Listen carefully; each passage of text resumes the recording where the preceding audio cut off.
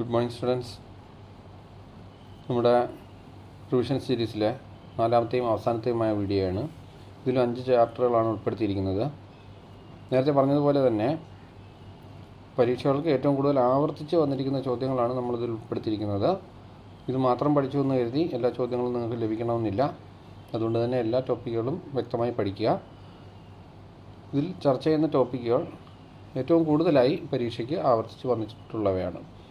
അപ്പോൾ അടുത്ത chapter citizenship അല്ലെങ്കിൽ പൗരത്വം എന്ന് പറയുന്ന ചാപ്റ്ററിലേക്ക് നമുക്ക് നീങ്ങാം. പൗരത്വം എന്ന് പറയുന്നതിൽ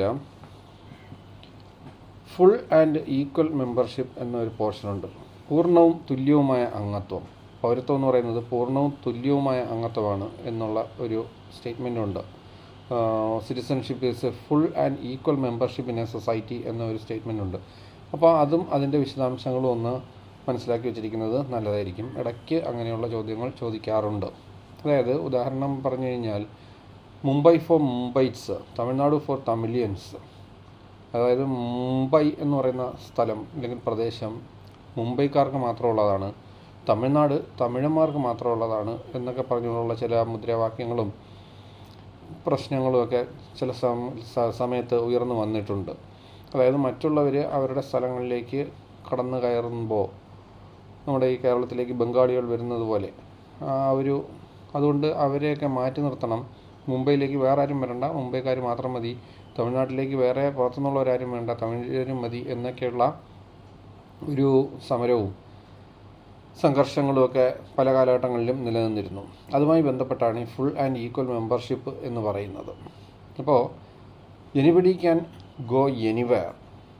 As per our constitution, each and every person or citizen in India has the right to move to any part of India and obtain any job or profession. അങ്ങനെ ഒരു പ്രൊവിഷൻ ഉണ്ട്. അതായത് ഏത് പ്രദേശത്തേക്കും ഇന്ത്യയിലുള്ള ഏത് പൗരനും പ്രവേശിക്കുകയും പോവുകയും അവിടങ്ങളിലൊക്കെ പോയി താമസിക്കുകയും അവിടങ്ങളിലുള്ള ജോലികൾ സ്വീകരിക്കുകയെല്ലാം ചെയ്യാനുള്ള അവകാശം നമ്മുടെ കോൺസ്റ്റിറ്റ്യൂഷൻ തന്നെ നമുക്ക് നൽകിയിട്ടുണ്ട്. അത് ഈ സിറ്റിസൺഷിപ്പ് എന്ന് പറയുന്നതിൻ്റെ ഒരു പ്രധാന ഘടകമാണ്. ഇതാണ് അതിൻ്റെ അകത്ത് വരേണ്ടുന്നത്. Full and equal membership in a society എന്നുള്ള രീതിയിൽ ചോദിച്ചു കഴിഞ്ഞാൽ വരേണ്ടുന്നത് അങ്ങനെയുള്ള കാര്യങ്ങളാണ്. പിന്നീട് അതിൽ സ്ഥിരമായിട്ട് ആവർത്തിച്ച് ചോദിക്കുന്ന മറ്റൊരു ചോദ്യമാണ് അക്വിസിഷൻ ഓഫ് ഇന്ത്യൻ സിറ്റിസൺഷിപ്പ് എന്ന് പറയുന്നത്, ഇല്ലെങ്കിൽ ഇന്ത്യൻ പൗരത്വം സ്വീകരിക്കാനുള്ള വിവിധ മാർഗങ്ങൾ എന്ന് പറയുന്നത്. അപ്പോൾ അതിൽ പ്രധാനമായിട്ട് 5 മാർഗങ്ങളിലൂടെയാണ് ഇന്ത്യൻ പൗരത്വം ഒരു വ്യക്തിക്ക് ലഭിക്കുന്നത്. അതായത് ബൈ ബർത്ത് എന്ന് പറഞ്ഞു കഴിഞ്ഞാൽ ജന്മസിദ്ധമായ പൗരത്വം. അതിൻ്റെ മെയിൻ പോയിൻറ്റ്സുകൾ മാത്രമേ നമ്മൾ പറയുന്നുള്ളൂ. ഒന്നാമത്തത് ബൈ ബർത്ത് ഇല്ലെങ്കിൽ ജന്മസിദ്ധമായ പൗരത്വം. രണ്ടാമത്തത് ബൈ ഡെസൻറ്റ്, അതായത് പാരമ്പര്യത്തിലൂടെ ലഭിക്കുന്ന പൗരത്വം. മൂന്നാമത്തത് ബൈ രജിസ്ട്രേഷൻ അല്ലെങ്കിൽ രജിസ്ട്രേഷൻ മുഖാന്തരം ലഭിക്കുന്ന പൗരത്വം. നാലാമത്തത് ബൈ നാച്ചുറലൈസേഷൻ അല്ലെങ്കിൽ തദ്ദേശീകരണത്തിലൂടെ ലഭിക്കുന്ന പൗരത്വം.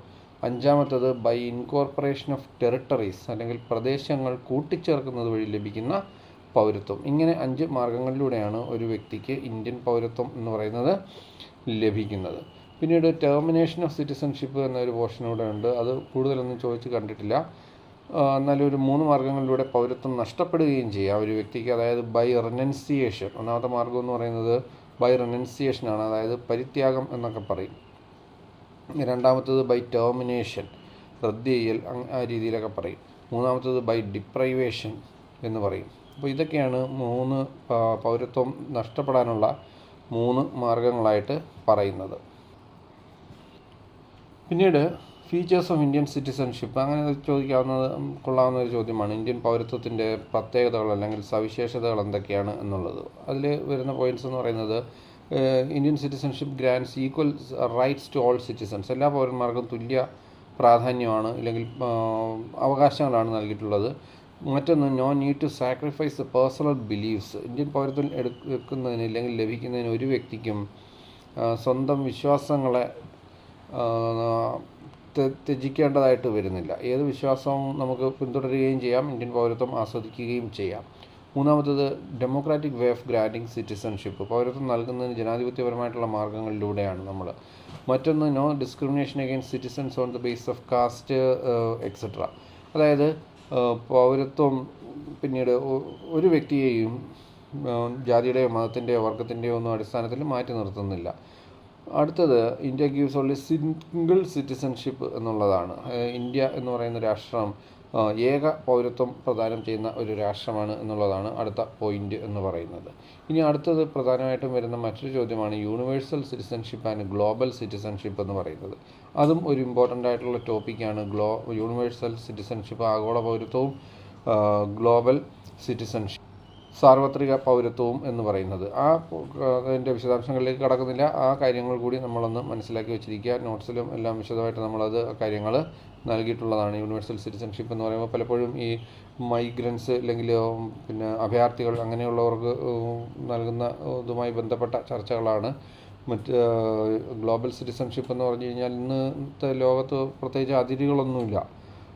ബോർഡർലെസ് സൊസൈറ്റിയാണ് ഇന്നത്തെ സമൂഹം എന്ന് പറയുന്നത്. അതുകൊണ്ട് തന്നെ ഇന്നത്തെ സമൂഹത്തിൽ ഈ പറയുന്ന രാജ്യ അതിർത്തികൾ അങ്ങനെയുള്ള വേർതിരിവുകളൊന്നും ഉണ്ടായിക്കൂടാ.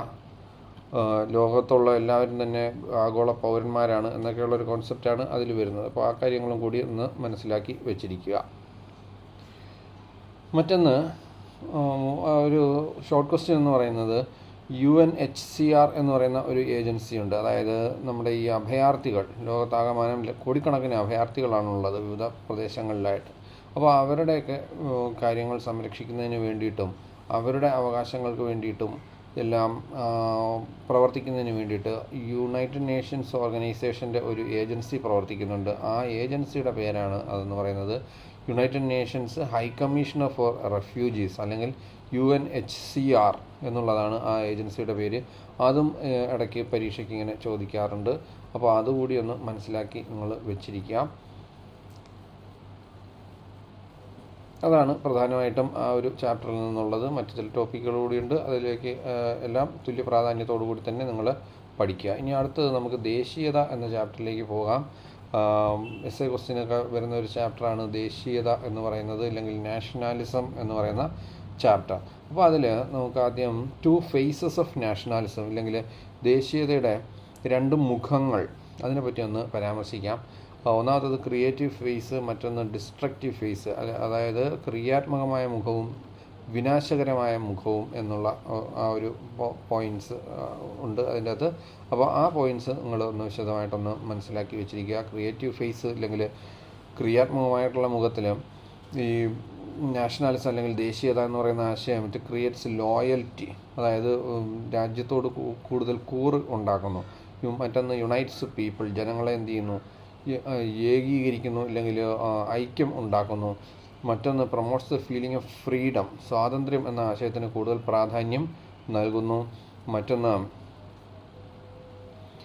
Promotes democracy and self government, ജനാധിപത്യത്തെയും സ്വയം ഭരണത്തെയും എല്ലാം പ്രോത്സാഹിപ്പിക്കുന്നു.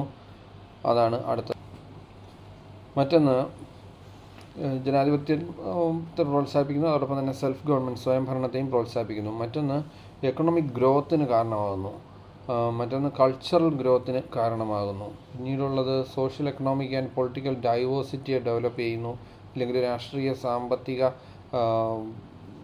സാമൂഹ്യ വിഷയങ്ങളെ പ്രോത്സാഹിപ്പിക്കുന്നു, അല്ലെങ്കിൽ അങ്ങനെയുള്ള കാര്യങ്ങളെ പ്രോത്സാഹിപ്പിക്കുന്നു. ഇതൊക്കെയാണ് അതിൻ്റെ ക്രിയാത്മകമായിട്ടുള്ള മുഖം അല്ലെങ്കിൽ ക്രിയേറ്റീവ് ഫേസ് എന്ന് പറയുന്നത്. ഇനി ഡിസ്ട്രക്റ്റീവ് ഫേസിൽ വരുന്നത് ക്രിയേറ്റ്സ് ബിറ്റർനെസ്, അതായത് ശത്രുത ഉണ്ടാക്കുന്നു, അങ്ങനെയൊക്കെയുള്ളതാണ്, അല്ലെങ്കിൽ വൈരാഗ്യം ഉണ്ടാക്കുന്നു. മറ്റൊന്ന് മേക്സ് ഡിവിഷൻ, വിഭാഗീയത ഉണ്ടാക്കുന്നു. Becomes cause for conflicts and war, യുദ്ധങ്ങൾക്കും സംഘർഷങ്ങൾക്കും കാരണമാകുന്നു. Increases loneliness,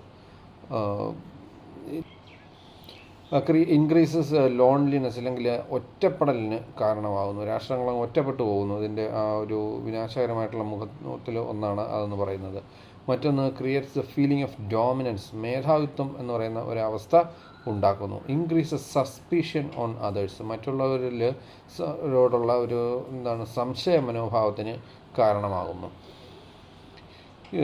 promotes formation of empires, വലിയ വലിയ സാമ്രാജ്യങ്ങൾ ഉണ്ടാക്കാനൊക്കെ ഇതിൻ്റെ ഒരു ദേശീയതയുടെ വിനാശകരമായിട്ടുള്ള മുഖം എന്ന് പറയുന്നത് കാരണമാകുന്നു. ഇനി അതിൻ്റെ അകത്ത് വരുന്ന ഒന്നാണ് ഒരു ചേഴുംപടി ചേർക്കാനുള്ള ഒരു ടോപ്പിക്ക് എന്ന് പറയുന്നതാണ് സെപ്പറേറ്റിസ്റ്റ് മൂവ്മെൻറ്റ്സ് അല്ലെങ്കിൽ വിഘടനവാദ പ്രസ്ഥാനങ്ങൾ. പല രാജ്യങ്ങളിലും പല പേരുകളിൽ വിഘടനവാദ പ്രസ്ഥാനങ്ങൾ ഇങ്ങനെ നിലവിലുണ്ട്. അത് ഏതൊക്കെ രാജ്യങ്ങളിലാണെന്നും അവയുടെ കുറച്ച് പേരുകളും നമുക്കൊന്ന് പറയാം. ക്യൂബക്കോയ്സ് എന്ന് പറയുന്നത് ആ ഒരു വിഘടനവാദ പ്രസ്ഥാനമാണ്. ക്യൂബക്കോയ്സ് എന്ന് പറയുന്നത് കാനഡയിലാണ്. ബാസ്കസ് എന്ന് പറയും, ബാസ്കുകൾ അത് സ്പെയിനിലാണ്, നോർത്തേൺ സ്പെയിൻ. കുർദ് വിഭാഗക്കാർ, തുർക്കിയിലും ഇറാഖിലും ഒക്കെയാണ് കുർദ് വിഭാഗക്കാരുള്ളത്. മറ്റൊന്ന് തമിഴാണ്, തമിഴ് വംശജർ ശ്രീലങ്കയിൽ. ഇപ്പോൾ തമിഴ് വംശജർ അങ്ങനെ ശ്രീലങ്കയിൽ വലുതായിട്ട് ഇല്ല എങ്കിലും ശ്രീലങ്കയിലാണ് ആ ഒരു ഇന്ത്യയിൽ നിന്ന് പോയ തമിഴ് വംശജർ വിഭാഗീയതയും വിഘടനവാദ പ്രസ്ഥാനങ്ങളും ഒക്കെ ഉണ്ടാക്കിയത്. അപ്പോൾ അതാണ് അടുത്ത ടോപ്പിക്ക് എന്ന് പറയുന്നത്. പിന്നീട് അതിൽ ഏറ്റവും പ്രധാനമായിട്ടും ചോദിച്ചു കണ്ടിട്ടുള്ള ഏറ്റവും പ്രധാനപ്പെട്ട മറ്റൊരു ചോദ്യത്തിലേക്കാണ് ഇനി നമ്മൾ കടക്കുന്നത്. നാഷണാലിസം അല്ലെങ്കിൽ ദേശീയത എന്ന് പറയുന്ന ചാപ്റ്ററിലെ ഏറ്റവും പ്രധാനമായിട്ടും പരീക്ഷയ്ക്ക് ചോദിക്കാവുന്ന ചോദ്യം, ഒരുപാട് ആവർത്തിച്ച് ചോദിച്ചിട്ടുള്ള ചോദ്യം. ക്വസ്റ്റ്യൻ എന്ന് പറയുന്നത് ഈ sum of the assumptions which people have about the nation എന്നുള്ളതാണ്. അതായത് ജനങ്ങൾക്ക് ഈ രാഷ്ട്രം എന്ന് പറയുന്ന ആ ഒരു ആശയത്തോടുള്ള ഒരു അനുമാനം എന്തൊക്കെയാണ്. അതല്ലെന്നുണ്ടെങ്കിൽ മറ്റൊരു രീതിയിലും ചോദിക്കാം, എന്തൊക്കെ കാരണങ്ങളാണ് ദേശീയത ഉണ്ടാക്കുന്നത്, അല്ലെങ്കിൽ which are the various methods that promote nationalism, അങ്ങനെയൊക്കെ ചോദിക്കാറുണ്ട്. ദേശീയതയെ പ്രോത്സാഹിപ്പിക്കുന്ന വിവിധ ഘടകങ്ങൾ എന്തൊക്കെയാണ് എന്നൊക്കെയുള്ള കാരണങ്ങൾ. അപ്പോൾ അതിലെ ഹെഡിങ്ങുകൾ മാത്രം നമ്മൾ പറയുകയാണ്. എക്സ്പ്ലനേഷൻ ഒരുപാടുണ്ട്, അതെല്ലാം വായിച്ച് മനസ്സിലാക്കി വെച്ചിരിക്കുക. ഒന്നാമത്തെന്ന് പറയുന്നത് ഷെയർഡ് ബിലീവ്സ്, അതായത് വിശ്വാസങ്ങൾ, പൊതുവായിട്ടുള്ള വിശ്വാസങ്ങൾ, അതാണ് ഒന്നാമത്തേതെന്ന് പറയുന്നത്. മറ്റൊന്ന് ഹിസ്റ്ററിയാണ്, പൊതുവായിട്ടുള്ള ചരിത്രം എന്ന് പറയുന്നത്. മൂന്നാമത്തേത് പൊതുവായിട്ടുള്ള ടെറിട്ടറി അല്ലെങ്കിൽ ഭൂപ്രദേശം, അതായത് ഒരേ ഭൂപ്രദേശത്ത് ജീവിക്കുന്നവർക്ക് ഒരു ദേശമാകാം എന്നുള്ളൊരു ഫീലിംഗ് ഉണ്ടാകും. നേരത്തെ പറഞ്ഞ ഹിസ്റ്ററിയിലും അതേപോലെ തന്നെയാണ്, ഒരേ ഹിസ്റ്ററി ഫോളോ ചെയ്യുന്ന ഒരു ജനവിഭാഗത്തിന് ഒരു ദേശമായാൽ കൊള്ളാം എന്നുള്ള ഒരു ഫീലിംഗ് ഉണ്ടാകും. അതാണ്. അടുത്തതെന്ന് പറഞ്ഞു കഴിഞ്ഞാൽ political ideals or sharing equal political ideals, ഒരേപോലെയുള്ള സെയിം പൊളിറ്റിക്കൽ ഐഡിയൽസ് ഫോളോ ചെയ്യുന്ന ജനതയ്ക്കും ഒരു ദേശമായാൽ കൊള്ളാം എന്നുള്ള ഒരു ഫീലിംഗ് ഉണ്ടാകും. മറ്റൊന്നാണ് കൾച്ചർ എന്ന് പറയുന്നത്, അല്ലെങ്കിൽ സംസ്കാരം എന്ന് പറയുന്നത്, കോമൺ കൾച്ചർ എന്ന് പറയുന്നത്. അതും ദേശീയതയെ പ്രോത്സാഹിപ്പിക്കുന്ന ഒരു ഘടകമാണ്. മറ്റൊന്നാണ് നാഷണൽ സെൽഫ് ഡിറ്റർമിനേഷൻ, ഇല്ലെങ്കിൽ ദേശീയ സ്വത്വം എന്നൊക്കെ നമ്മൾ പറയുന്നത്, നാഷണൽ സെൽഫ് ഡിറ്റർമിനേഷൻ എന്ന് പറയുന്നത്. അപ്പോൾ ഈ കാര്യങ്ങൾ ഇതൊക്കെയാണ് അതിൻ്റെ മെയിൻ പോയിൻറ്റ്സ് എന്ന് പറയുന്നത്. ആ പോയിൻറ്റ്സുകളൊക്കെ പരീക്ഷയ്ക്ക് ഉണ്ടാവണം, അതിൻ്റെ എക്സ്പ്ലനേഷനുകളും ഉണ്ടാവണം. അപ്പോൾ ഇതാണ് അതിൽ നിന്ന് പ്രധാനമായിട്ടും ഈ ദേശീയത എന്ന് പറയുന്ന ചാപ്റ്ററിൽ നിന്ന് പ്രധാനമായിട്ട് വരുന്ന ഒരു ക്വസ്റ്റ്യൻ എന്ന് പറയുന്നത്. മറ്റൊന്ന് അടുത്ത ചാപ്റ്ററിലേക്ക് നമുക്ക് കടക്കാം. സെക്യുലാരിസം അല്ലെങ്കിൽ മതേതരത്വം എന്ന് പറയുന്ന ചാപ്റ്ററാണ്. വളരെ സിമ്പിളായിട്ടുള്ളൊരു ചാപ്റ്ററാണ് എന്ന് പറയുന്നത് സെക്യുലാരിസം അല്ലെങ്കിൽ മതേതരത്വം എന്ന് പറയുന്നത്. അപ്പോൾ അതിൽ ഒരു ടോപ്പിക്കുള്ളത് ഈ റിലീജിയസ് ഡോമിനേഷനുകൾ എങ്ങനെയൊക്കെയാണ് എന്നുള്ളതാണ്. Which are the different types of religious dominations. കൂടുതലായിട്ടൊന്നും ചോദിച്ചു കണ്ടിട്ടില്ല, എങ്കിലും അതൊന്ന് പറഞ്ഞിട്ട് അടുത്ത ഭാഗത്തേക്ക് നമുക്ക് കടക്കാം. റിലീജിയസ് ഡോമിനേഷൻ എന്ന് പറയുന്നത് there are 2 types of religious domination, inter religious domination and intra religious domination. അതായത് മതങ്ങൾ തമ്മിലുള്ള മേധാവിത്വവും മതങ്ങൾക്കകത്തുള്ള മേധാവിത്വവും. ഒന്നിൽ ഇൻ്റർ റിലീജിയസ് ഡോമിനേഷൻ എന്ന് പറയുന്നതിൻ്റെ അകത്ത് ഇൻ്റർ റിലീജിയസ് ഡോമിനേഷൻ എന്ന് പറയുന്നതിൻ്റെ അകത്ത് വിവിധ മതങ്ങൾ ഉണ്ടായിരിക്കും. അതിലേതെങ്കിലും ഒരു മതം മറ്റൊരു മതത്തിന് മേൽ മേധാവിത്വം കാണിക്കുന്നു. Any religion shows some dominating character towards other religion. അതാണ് ഇൻ്റർ റിലീജിയസ് ഡോമിനേഷൻ എന്ന് പറയുന്നത്. ഇല്ലെങ്കിൽ അതിൻ്റെ അകത്ത് 2 മതങ്ങൾ അല്ലെങ്കിൽ ഒന്നിൽ കൂടുതൽ മതങ്ങളോ വിഭാഗങ്ങളോ ഉണ്ടായിരിക്കും. നേരെ മറിച്ച് രണ്ടാമത് പറഞ്ഞത് ഇൻട്രാ റിലീജിയസ് അല്ലെങ്കിൽ മതങ്ങൾക്ക് ഉള്ളിലുള്ള മേധാവിത്വത്തിൻ്റെ അകത്ത് ഒരു മതമേ കാണുകയുള്ളൂ. ആ മതത്തിലുള്ള ഏതെങ്കിലും ഒരു വിഭാഗം മറ്റ് വിഭാഗങ്ങളെ അടിച്ചമർത്തുന്നു അല്ലെങ്കിൽ മേധാവിത്വം കാണിക്കുന്നു. Any group in A particular religion shows discrimination or domination towards other groups. അതാണ് ഇൻട്രാ റിലീജിയസ് ഡോമിനേഷൻ എന്ന് പറയുന്നത്. അതുകൂടി ഒന്ന് മനസ്സിലാക്കി വെച്ചിരിക്കുക. ഇനി ഈ പറയുന്ന റിലീജിയസ് ഡിസ്ക്രിമിനേഷൻ അല്ലെങ്കിൽ ഈ മത വേട്ടയാടലുകളും മത വിവേചനങ്ങളുമൊക്കെ മാറ്റുന്നതിനുള്ള മാർഗ്ഗങ്ങൾ എന്തൊക്കെയാണ്, പ്രിവെൻറ്റ് ചെയ്യുന്നതിനുള്ള മാർഗ്ഗങ്ങൾ എന്തൊക്കെയാണ്, methods to prevent religious discrimination. അതിൻ്റെ അകത്ത് ഏറ്റവും പ്രധാനമായിട്ട് പറയുന്നത് റോൾ ഓഫ് എഡ്യൂക്കേഷൻ എന്നുള്ളതാണ്. മറ്റൊന്ന് സെക്യുലർ സ്റ്റേറ്റുകൾ സ്ഥാപിക്കുക എന്നുള്ളതാണ്. സെക്യുലർ സ്റ്റേറ്റ് എന്ന് പറഞ്ഞു കഴിഞ്ഞാൽ മതത്തിന് യാതൊരു പ്രാധാന്യവുമില്ലാത്ത സ്റ്റേറ്റുകൾ. Secular state considers religion as a private affair of the individual. They will not interfere in the activities of the individual. അതാണ് സെക്യുലർ സ്റ്റേറ്റ് എന്ന് പറയുന്നത്, അല്ലെങ്കിൽ മതേതര രാഷ്ട്രം എന്ന് പറയുന്നത്. അപ്പോൾ ഇങ്ങനെയുള്ള മാർഗങ്ങളിലൂടെ നമുക്ക് പിന്നെ വേട്ടയാടലുകളെയും മതവിവേചനങ്ങളെയും എല്ലാം ഒഴിവാക്കാൻ പറ്റും എന്നുള്ളതാണ് പറയുന്നത്. ഇനിയും മറ്റൊരു അതിൻ്റെ അകത്ത് പ്രധാനമായിട്ടും ചോദിക്കുന്ന മറ്റൊരു ചോദ്യം എന്ന് പറയുന്നത് difference between western model of secularism and Indian model of secularism. ഇതൊരു വളരെ പ്രധാനപ്പെട്ട ഒരു ചോദ്യമാണ്. Difference between western model of secularism and Indian model of secularism, ഇല്ലെങ്കിൽ മതേതരത്വത്തിൻ്റെ പാശ്ചാത്യ മാതൃകയും മതേതരത്വത്തിൻ്റെ ഇന്ത്യൻ മാതൃകയും തമ്മിലുള്ള വ്യത്യാസങ്ങൾ എന്തൊക്കെയാണ് എന്നുള്ളതാണ്. അപ്പോൾ നമുക്കതൊന്ന് ഓരോന്നും പറയാം. ആദ്യം വെസ്റ്റേൺ മോഡൽ, അല്ലെങ്കിൽ മതേതരത്വം എന്ന് പറയുന്നതിൻ്റെ പാശ്ചാത്യ മാതൃകയുടെ രീതികൾ എന്തൊക്കെയാണ് എന്നുള്ളത് നമ്മൾ പറയുന്നു. അതായത് മതേതരത്തിൻ്റെ പാശ്ചാത്യ മാതൃകയിൽ ഉൾപ്പെടുന്നതെന്ന് പറഞ്ഞു കഴിഞ്ഞാൽ ഏറ്റവും പ്രധാനമായിട്ടും the state will not interfere in the affairs of the religion എന്നുള്ളതാണ്. രാഷ്ട്രം ഒരിക്കലും മതത്തിൻ്റെ വിഷയങ്ങളിൽ ഇടപെടുകയില്ല എന്നുള്ളതാണ് ഈ പറയുന്ന വെസ്റ്റേൺ മോഡലിൻ്റെ ഏറ്റവും പ്രധാനപ്പെട്ട പ്രത്യേകത എന്ന് പറയുന്നത്. The state and religion have separate spheres of its on. അതായത് സ്റ്റേറ്റിൻ്റെ വഴിയും പിന്നീട് ഇല്ലെങ്കിൽ രാജ്യത്തിൻ്റെ വഴിയും മതത്തിൻ്റേതായിട്ടുള്ള വഴിയും, ഇത് രണ്ടും ഒരിക്കലും കൂടിച്ചേരുന്നില്ല. They are kept in two water tight compartments എന്നാണ് പറയുന്നത്, ഈ പറയുന്ന മതവും പിന്നീട് രാഷ്ട്രവും തമ്മിൽ. അതാണ് അതിൻ്റെ ഒരു വ്യത്യാസം അല്ലെങ്കിൽ ഒരു പ്രത്യേകത എന്ന് പറയുന്നത്. ഇനി അടുത്ത പ്രത്യേകത, ഈ വെസ്റ്റേൺ മോഡൽ ഓഫ് സെക്യുലറിസത്തിൻ്റെ അടുത്ത പ്രത്യേകത, state will not extend financial assistance to education institutions. രാഷ്ട്രം ഒരിക്കലും വിദ്യാഭ്യാസ സ്ഥാപനങ്ങൾക്ക്, അതായത് മതത്തിൻ്റെ ഭാഗങ്ങൾ കൈകാര്യം ചെയ്യുന്ന വിദ്യാഭ്യാസ സ്ഥാപനങ്ങൾക്ക് സാമ്പത്തിക സഹായം നൽകത്തില്ല എന്നുള്ളതാണ് അതിൻ്റെ ഒരു പ്രത്യേകത എന്ന് പറയുന്നത്. മറ്റൊന്ന്, the state will not interfere in the functions of religion. മതത്തിൻ്റെ കാര്യങ്ങളിലൊന്നും തന്നെ രാഷ്ട്രം എന്ന് പറയുന്നത് ഇടപെടുകയില്ല എന്നുള്ളതാണ്. മറ്റൊന്ന്, state will not support religious reform. മതപരിഷ്കരണത്തിനും രാഷ്ട്രം വലിയ പ്രാധാന്യം കൊടുക്കുകയില്ല. ഇതാണ് വെസ്റ്റേൺ മോഡൽ ഓഫ് സെക്യുലാരിസത്തിൻ്റെ പ്രത്യേകത എന്ന് പറയുന്നത്. നേരെ മറിച്ച് നമുക്ക് ഇന്ത്യൻ മോഡൽ ഓഫ് സെക്യുലാരിസത്തിൻ്റെ പ്രത്യേകതകൾ നോക്കാം, ഇല്ലെങ്കിൽ ഇന്ത്യയുടെ മതേതരത്വത്തിൻ്റെ മാതൃകകൾ, അതിൻ്റെ പ്രത്യേകതകൾ എന്തൊക്കെയാണെന്ന് നമുക്കൊന്ന് നോക്കാം. ഒന്നാമത്തെ പ്രത്യേകത എന്ന് പറയുന്നത്, ഏറ്റവും പ്രധാനമായിട്ടും Indian secularism is totally different from western model of secularism. Indian മതേതരത്വം എന്ന് പറയുന്നത് പാശ്ചാത്യ മതേതരത്വം എന്ന് പറയുന്ന ആ ഒരു കോൺസെപ്റ്റിൽ നിന്നും വളരെയധികം വ്യത്യാസമുള്ളതാണ് ഇന്ത്യൻ മതേതരത്വം എന്ന് പറയുന്നത്. ഇന്ത്യൻ മതേതരത്വത്തിൽ the state can interfere in religious affairs for attaining social welfare. സാമൂഹ്യക്ഷേമത്തിന് വേണ്ടിയിട്ടോ സാമൂഹ്യ പുരോഗതിക്ക് വേണ്ടിയിട്ടോ മതത്തിൻ്റെ വിഷയങ്ങളിൽ രാഷ്ട്രത്തിന് ഇടപെടാം എന്നുള്ളതാണ് ഇന്ത്യൻ മോഡൽ ഓഫ് സെക്യുലാരിസത്തിൻ്റെ ഏറ്റവും പ്രധാനപ്പെട്ട പ്രത്യേകതയെന്ന് പറയുന്നത്. മാത്രമല്ല, religious freedom of minority communities are protected.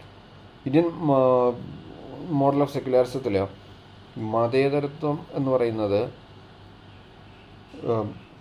മൈനോറിറ്റീസിൻ്റെ അവകാശങ്ങൾക്ക് കൂടുതൽ സംരക്ഷണം നൽകുന്നുണ്ട്. അതാണ് അതിൻ്റെ ഒരു പ്രത്യേകത എന്ന് പറയുന്നത്. അടുത്ത പ്രത്യേകത എന്ന് പറഞ്ഞു കഴിഞ്ഞാൽ എന്താണെന്ന് പറഞ്ഞു കഴിഞ്ഞാൽ the state funds religious institutions or religious educational institutions. മതസ്ഥാപനങ്ങൾക്കും മതം നടത്തുന്ന വിദ്യാഭ്യാസ സ്ഥാപനങ്ങൾക്കും എല്ലാം രാഷ്ട്രം എന്ന് പറയുന്നത് പണം കൊടുക്കാറുണ്ട്, ഇല്ലെങ്കിൽ ഫിനാൻഷ്യൽ സപ്പോർട്ട് കൊടുക്കാറുണ്ട്. അതാണ് അടുത്ത ഒരു പ്രത്യേകത എന്ന് പറയുന്നത്. മറ്റൊരു പ്രത്യേകത എന്ന് പറഞ്ഞു കഴിഞ്ഞാൽ നേരത്തെ പറഞ്ഞു, റിലീജിയസ് റിഫോംസിൽ രാഷ്ട്രം ഇടപെടാറുണ്ട് എന്നുള്ളതാണ് ഇന്ത്യൻ മോഡൽ ഓഫ് സെക്യുലാരിസത്തിൻ്റെ മറ്റൊരു പ്രത്യേകത എന്ന് പറയുന്നത്.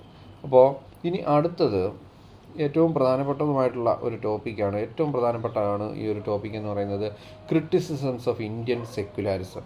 ഇന്ത്യൻ മതേതരത്വത്തിന് എതിരെയുള്ള വിമർശനങ്ങൾ എന്തൊക്കെയാണ് എന്നുള്ളതാണ് നമ്മൾ മനസ്സിലാക്കേണ്ടുന്നത്.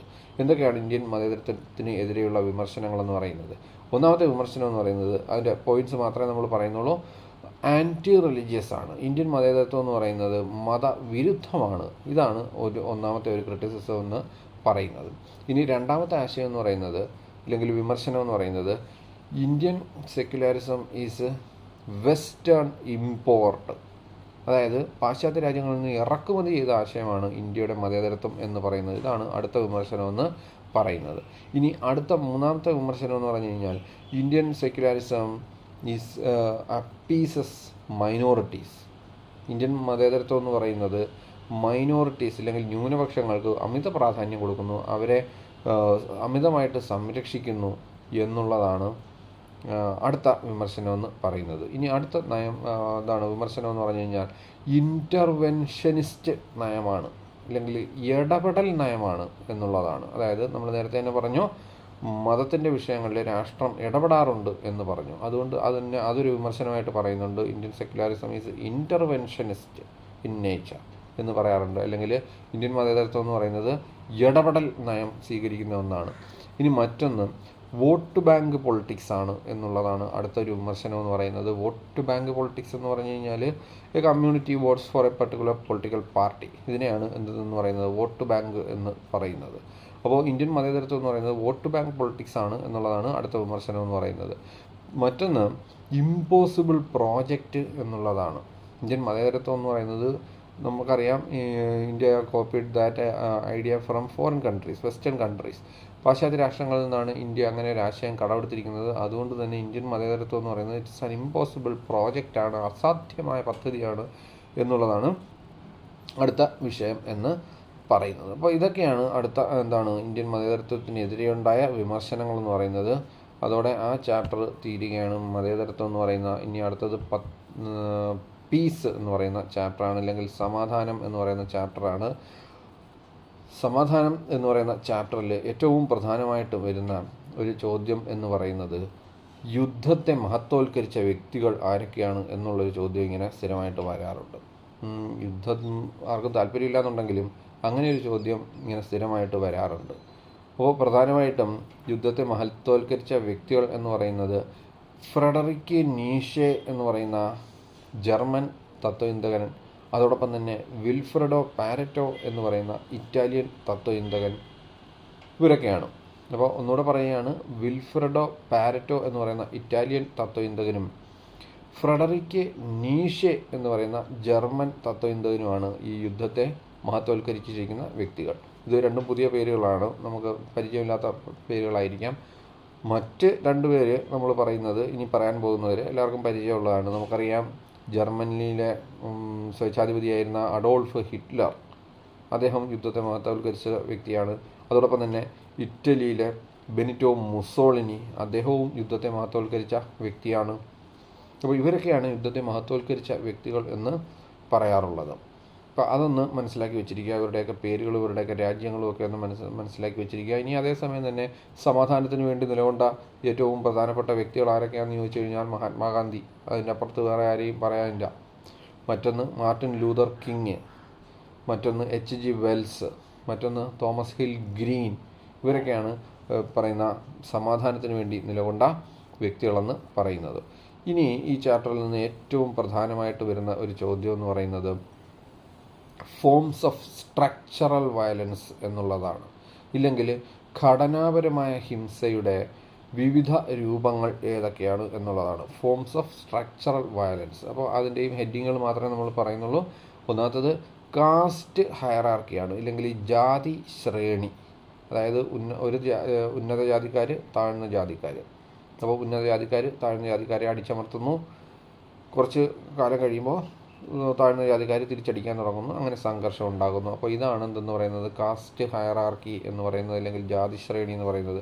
മറ്റൊന്നാണ് ക്ലാസ് ഡിസ്പാരിറ്റി എന്ന് പറയുന്നത്, അല്ലെങ്കിൽ വർഗ വിവേചനം എന്നൊക്കെ പറയുന്നത്. അതായത് വിവിധ ക്ലാസ്സുകൾ സമൂഹത്തിൽ, ഇപ്പോൾ മുതലാളി, തൊഴിലാളി, ഭൂവുടമ, കുടിയാൻ എന്നൊക്കെ പറയുന്ന വിഭാഗങ്ങൾ, അങ്ങനെ വിവിധ വിഭാഗങ്ങൾ സമൂഹത്തിലുണ്ടല്ലോ. അങ്ങനെയുള്ള ഒരു ക്ലാസ് ഡിസ്പാരിറ്റിയാണ് അടുത്ത ഘടനാപരമായ ഹിംസയ്ക്ക് കാരണമെന്ന് പറയുന്നത്. ഇനി മൂന്നാമത്തെ കാരണം എന്ന് പറയുന്നത് പാട്രിയാർക്കിയാണ്, ഇല്ലെങ്കിൽ പുരുഷ മേധാവിത്വം, പുരുഷ ആധിപത്യം, പിതൃദായക ക്രമം എന്നൊക്കെ പറയും. പാട്രിയാർക്കി. അപ്പോൾ അതാണ് മൂന്നാമത്തെ കാരണം എന്ന് പറയുന്നത്. ഇനി അടുത്ത കാരണം എന്ന് പറയുന്നത് കൊളോണിയലിസമാണ്, അല്ലെങ്കിൽ കോളനിവൽക്കരണമാണ്. ഇപ്പോൾ നമുക്ക് ഓൾറെഡി അറിയാം, India was A colony of the Britishers before independence. ഇന്ത്യക്ക് സ്വാതന്ത്ര്യം ലഭിക്കുന്നതിന് മുമ്പ് ഇന്ത്യ ബ്രിട്ടീഷുകാരുടെ ഒരു കോളനി ആയിരുന്നു. എന്തെല്ലാം സംഘർഷങ്ങളിലൂടെയാണ് നമ്മൾ കടന്നുപോയതെന്ന് നമുക്ക് ആ ചരിത്രം പഠിക്കുമ്പോഴത്തേക്ക് മനസ്സിലാക്കും. അപ്പോൾ കൊളോണിയലിസം അത് another form of structural violence ആണ്. ഇനി സ്ട്രക്ചറൽ വയലൻസ് അല്ലെങ്കിൽ ഘടനാപരമായ ഹിംസയുടെ മറ്റൊരു ഫോമാണ് റേസിസം ആൻഡ് കമ്മ്യൂണലിസം എന്ന് പറയുന്നത്. വർഗീയതയും വംശീയതയും എന്ന് പറയുന്നത്. അപ്പോൾ ഇതൊക്കെയാണ് ഈ ഫോംസ് ഓഫ് സ്ട്രക്ചറൽ വയലൻസ് എന്ന് പറയുന്നത്, അല്ലെങ്കിൽ ഘടനാപരമായ ഹിംസയുടെ വിവിധ ഫോംസ് എന്ന് പറയുന്നത്. ഇനി മറ്റൊരു ചോദ്യം ഇങ്ങനെ ചോദിച്ചിട്ടുണ്ട്, അതായത് ഒരു ഷോർട്ട് ക്വസ്റ്റ്യൻ ആണ്. War begins in the minds of men എന്ന് പറഞ്ഞത് എവിടെയാണ് എന്നുള്ളത്. അതായത് യുദ്ധം മനുഷ്യ മനസ്സുകളിലാണ് ഉണ്ടാകുന്നത് എന്ന് പറഞ്ഞത് അഥർവവേദത്തിലാണ്. അഥർവവേദത്തിൻ്റെ ഒരു ഭാഗത്താണ് അങ്ങനെ ഒരു ശ്ലോകം ഉണ്ടാകുന്നത്. യുദ്ധം മനുഷ്യ മനസ്സുകളിലാണ് രൂപം കൊള്ളുന്നത് എന്നുള്ളത്. War begins in the minds of men, അങ്ങനെ ഒരു ചോദ്യം ചോദിക്കാറുണ്ടായിരുന്നു. മറ്റൊന്ന്, യുനെസ്കോ എന്ന് പറയുന്ന ഐക്യരാഷ്ട്ര സംഘടനയുടെ ഒരു ഏജൻസി ഉണ്ട്. ആ ഏജൻസിയുടെ പറഞ്ഞതാണ്, since war begins in the minds of men, it is in the minds of men that the defences of peace must be constructed. അതായത് യുദ്ധം എന്ന് പറയുന്നത് മനുഷ്യൻ്റെ മനസ്സുകളിലാണ് ഉണ്ടാകുന്നത്. അതുകൊണ്ട് തന്നെ ആ സമാധാനത്തിന് വേണ്ടിയിട്ടുള്ള ശ്രമവും മനുഷ്യൻ്റെ മനസ്സുകളിൽ തന്നെയാണ് ഉണ്ടാകേണ്ടുന്നത് എന്നിങ്ങനെ പറയുന്നുണ്ട്. അപ്പോൾ ആ രണ്ട് സ്റ്റേറ്റ്മെൻറ്റുകളും ഒന്ന് മനസ്സിലാക്കി വെച്ചിരിക്കുക. ഇനി ഗാന്ധിജിയും നോൺ വയലൻസുമായിട്ടുള്ള ആ ഒരു ടോപ്പിക്കുണ്ട്, അതുകൂടി നിങ്ങളൊന്ന് മനസ്സിലാക്കി വെച്ചിരിക്കുക. ഗാന്ധിജി പറഞ്ഞിരിക്കുന്നത്, hate our enemies or wrongdoers, don't hate our enemies or wrongdoers എന്നുള്ളതാണ്. അതായത് നമ്മുടെ ശത്രുക്കളെയും നമുക്ക് എതിരെ തെറ്റ് പ്രവർത്തിക്കുന്ന അവരെ പോലും നമ്മൾ വെറുക്കരുത്, അവരെ പോലും നമ്മൾ എന്ത് ചെയ്യണം, സ്നേഹിക്കണം എന്നാണ് മഹാത്മാഗാന്ധി പറഞ്ഞിട്ടുള്ളത്. പിന്നെ അദ്ദേഹം പറഞ്ഞിട്ടുള്ളത്, non violence is not a weapon of cowardice. അതായത് ഈ നോൺ വയലൻസ്, അഹിംസ എന്ന് പറയുന്നത് ഒരിക്കലും ഒരു ഭീരുവിൻ്റെ ആയുധമല്ല. അഹിംസ എന്ന് പറയുന്ന ആയുധം വെച്ച് പോരാടണമെന്നുണ്ടെങ്കിൽ അസാമാന്യമായ ധൈര്യം വേണം എന്നാണ് മഹാത്മാഗാന്ധി പറഞ്ഞിരിക്കുന്നത്. ഇനി അടുത്ത ഒരു ടോപ്പിക് എന്ന് പറഞ്ഞു കഴിഞ്ഞാൽ, ഈ സമകാലിക ലോകത്ത് സമാധാനം നേരിട്ടുകൊണ്ടിരിക്കുന്ന പ്രശ്നങ്ങൾ എന്തൊക്കെയാണ് എന്നുള്ളതാണ്. അതായത് contemporary challenges to world peace എന്നുള്ളതാണ്. അപ്പോൾ അതിലേറ്റവും പ്രധാനമായിട്ട് വരുന്നത് നമുക്കറിയാം, ടെററിസം എന്ന് പറയുന്നത് തന്നെയാണ്. മറ്റൊന്ന് ജനോസൈഡ് എന്ന് പറയും, അല്ലെങ്കിൽ വംശഹത്യ, അല്ലെങ്കിൽ വംശക്കൊല, ഏതെങ്കിലും ഒരു വംശത്തിന് തിരഞ്ഞുപിടിച്ച് കൊല്ലുന്നു. ഇതൊക്കെയാണ് എന്തെന്ന് പറയുന്നത്, ഈ പറയുന്ന കൂട്ടക്കൊല എന്ന് പറയുന്നത്. അപ്പോൾ ഇങ്ങനെയൊക്കെയുള്ളതാണ് ഇന്ന് നേരിടുന്ന വലിയ ഭീഷണികൾ എന്ന് പറയുന്നത്. ഈ ഒരു ചാപ്റ്ററിലാണ് കംബോഡിയ എന്ന് പറയുന്ന പ്രദേശത്തുള്ള പോൾ പോട്ട് എന്ന് പറയുന്ന ഭരണാധികാരിയുടെ കാര്യങ്ങളുള്ളത്. അതുകൂടി ഒന്ന് മനസ്സിലാക്കി വെച്ചിരിക്കുക. ഇനി ഡെവലപ്മെൻറ്റ് എന്ന് പറയുന്ന അവസാനത്തെ ചാപ്റ്ററിലേക്ക് നമ്മൾ കടക്കുകയാണ്. ഡെവലപ്മെൻറ്റ് എന്ന് പറയുന്നത്, അല്ലെങ്കിൽ വികസനം എന്ന് പറയുന്നത്, ഇതിൽ സ്ഥിരം ചോദ്യം വരാറുണ്ട്. ഏറ്റവും പ്രധാനമായിട്ടും ഇതിൻ്റെ അകത്ത് ആവർത്തിച്ച് വരുന്ന ഒരു ചോദ്യം എന്ന് പറയുന്നത്, which are the cost of development. അതായത് ഈ വികസനത്തിൻ്റെ ചെലവുകൾ എന്തൊക്കെയാണ് എന്നുള്ളതാണ്. Which are the cost of development. അപ്പോൾ രണ്ട് തരമാണ് വികസനത്തിൻ്റെ ചെലവ് എന്ന് പറയുന്നത്. ഒന്നാമത് സോഷ്യൽ കോസ്റ്റ് ഓഫ് ഡെവലപ്മെൻറ്റ് എന്ന് പറയും, മറ്റൊന്ന് എൻവയൺമെൻറ്റൽ കോസ്റ്റ് ഓഫ് ഡെവലപ്മെൻറ്റ് എന്ന് പറയും. അപ്പോൾ ഈ ചെലവ് എന്ന് പറയുമ്പോൾ പൈസയല്ല ഇതിൻ്റെ അകത്ത് ഉദ്ദേശിക്കുന്നത്. ഒരു ഡെവലപ്മെൻറ്റ് പ്രോജക്റ്റ് നടപ്പിലാക്കുന്നതിന് കോടിക്കണക്കിന് രൂപ വേണം, ഇങ്ങനെയല്ല ആൻസർ എഴുതി വെക്കേണ്ടുന്നത്. ഇതിൻ്റെ അകത്ത് സോഷ്യൽ കോസ്റ്റ് ഓഫ് ഡെവലപ്മെൻറ്റ്, അല്ലെങ്കിൽ വികസനത്തിൻ്റെ സാമൂഹ്യ ചെലവ് എന്ന് പറഞ്ഞു കഴിഞ്ഞാൽ വികസനം മൂലം സമൂഹത്തിന് എന്തൊക്കെ നഷ്ടങ്ങൾ ഉണ്ടാകുന്നു എന്നുള്ളതാണ് അവിടെ മനസ്സിലാക്കേണ്ടുന്നത്. ഒന്നാമത്തേതെന്ന് പറഞ്ഞു കഴിഞ്ഞാൽ, ഒരു വലിയ പ്രോജക്റ്റ് വരുമ്പോഴത്തേക്ക് ഒരുപാട് ജനങ്ങളെ ഡിസ്പ്ലേസ് ചെയ്യേണ്ടതായിട്ട് വരും. അതാണ് ഒരു ഒരു ഒരു ഒരു വലിയ പ്രശ്നം എന്ന് പറയുന്നത്. ഇപ്പോൾ ഉദാഹരണം പറഞ്ഞു കഴിഞ്ഞാൽ, നർമ്മദ വാലി പ്രോജക്റ്റ് വന്നപ്പോഴത്തേക്ക് ഏതാണ്ട് 3 ലക്ഷം ആൾക്കാരോളം കുടിയൊഴിപ്പിക്കേണ്ടി വന്നു എന്നാണ് പറയപ്പെടുന്നത്, പല ഭാഗങ്ങളിൽ നിന്നായിട്ട്. അപ്പോൾ അവരുടെയൊക്കെ ജീവിതം ഇല്ലാതെയാകുന്നു, ജീവിത മാർഗ്ഗങ്ങൾ ഇല്ലാതെയാകുന്നു, കൃഷിഭൂമി ഇല്ലാതെയാകുന്നു. ഇതൊക്കെയാണ് സോഷ്യൽ കോസ്റ്റ് ഓഫ് ഡെവലപ്മെൻറ്റ് എന്ന് പറയുന്നത്. അവർ പല ഭാഗങ്ങളിലേക്ക് സ്കാറ്റർ ചെയ്ത് പോകുമ്പോൾ ദാരിദ്ര്യം ഉണ്ടാകുന്നു, അങ്ങനെയൊക്കെയുള്ള വലിയ പ്രശ്നങ്ങൾ ഉണ്ടാകുന്നു. ഇതിനെയാണ് സോഷ്യൽ കോസ്റ്റ് ഓഫ് ഡെവലപ്മെൻറ്റ് എന്ന് പറയുന്നത്. അത് വിശദമായിട്ടൊന്ന് നോക്കുക. അടുത്ത രണ്ടാമത്തെ കോസ്റ്റാണ് എൻവയൺമെൻറ്റൽ കോസ്റ്റ് ഓഫ് ഡെവലപ്മെൻറ്റ് എന്ന് പറയുന്നത്. ഇല്ലെങ്കിൽ വികസനം മൂലം പരിസ്ഥിതിക്കുണ്ടാകുന്ന ചെലവുകൾ എന്തൊക്കെയാണ്, അല്ലെങ്കിൽ നാശങ്ങൾ എന്തൊക്കെയാണ് എന്നുള്ളത്. അതായത് ഇപ്പോൾ ഈ പറയുന്ന ഈ വികസനം മൂലം ഉണ്ടാകുന്നതാണ് ഈ ഗ്ലോബൽ വാർമിംഗ് എന്നൊക്കെ പറയുന്നത്. അതായത് നമ്മൾ ഒരുപാട് വാഹനങ്ങൾ വാങ്ങിക്കുന്നു, അതിൻ്റെ എമിഷൻ ഉണ്ടാകുന്നു, കാർബൺ ഡൈ ഓക്സൈഡിൻ്റെ എമിഷൻ ഉണ്ടാകുന്നു, it causes green house gases. അതിൻ്റെ ഭാഗമായിട്ട് ഗ്ലോബൽ വാർമിംഗ് അല്ലെങ്കിൽ ആഗോളതാപനം ഉണ്ടാകുന്നു. ഇതാണ് അതിൻ്റെ ഒരു ഉദാഹരണമായിട്ട് പറയുന്നത്. അപ്പോൾ ഈ ഗ്ലോബൽ വാർമിങ്ങിൻ്റെ ഭാഗമായിട്ടുണ്ടാകുന്ന മറ്റ് പ്രശ്നങ്ങളെന്ന് പറഞ്ഞു കഴിഞ്ഞാൽ ഭൂമിയിലെ ചൂട് കൂടുന്നു, അതിൻ്റെ ഭാഗമായിട്ട് ഈ ഐസ് ഒരുപാട് ഉരുകുന്നു. ഐസ് ഒരുപാട് ഉരുകി കഴിയുമ്പോഴത്തേക്ക് അത് സമുദ്രത്തിലേക്ക് വരുമ്പോഴത്തേക്ക് സമുദ്രജലം കരയിലേക്ക് പ്രവേശിക്കുന്നു. അപ്പോൾ കരഭാഗങ്ങൾ ഇല്ലാതെയാകുന്നു. ഇതൊക്കെയാണ് ഈ ഗ്ലോബൽ വാർമിംഗ് എന്നൊക്കെ പറയുന്നതിൻ്റെ ബുദ്ധിമുട്ടുകളെന്ന് പറയുന്നത്. മറ്റൊന്നെന്ന് പറഞ്ഞു കഴിഞ്ഞാൽ നമ്മുടെ ഈ സുനാമിയൊക്കെ ഉണ്ടായപ്പോൾ നമ്മൾ പഠനം നടത്തിയപ്പോൾ മനസ്സിലായത്, സുനാമിക്ക് ഏറ്റവും കൂടുതൽ ഡിസ്ട്രക്ഷൻ ഉണ്ടാകാനുള്ള കാരണം എന്ന് പറയുന്നത് ഈ കണ്ടൽ കാടുകളെല്ലാം നശിക്കപ്പെട്ടതാണ്. അപ്പോൾ അത് എല്ലാം ഈ പറയുന്ന ഡെവലപ്മെൻറ്റിൻ്റെ ഒരു കോസ്റ്റ് ആയിട്ട് കണക്കാക്കാം, അല്ലെങ്കിൽ എൻവയൺമെൻറ്റൽ കോസ്റ്റ് ഓഫ് ഡെവലപ്മെൻ്റ് ആയിട്ട് നമുക്ക് കണക്കാക്കാം. അതിൽ വരുന്നതാണ് human development index, human development report എന്നൊക്കെ പറയുന്നത്. അതെല്ലാം നമ്മൾ നോട്ട്സിൽ വിശദമായിട്ട് തന്നിട്ടുള്ളതാണ്. അതെല്ലാം നിങ്ങൾ വിശദമായിട്ട് നോക്കിക്കോളുക. Human development index and human development report എന്നൊക്കെ പറയുന്നത്.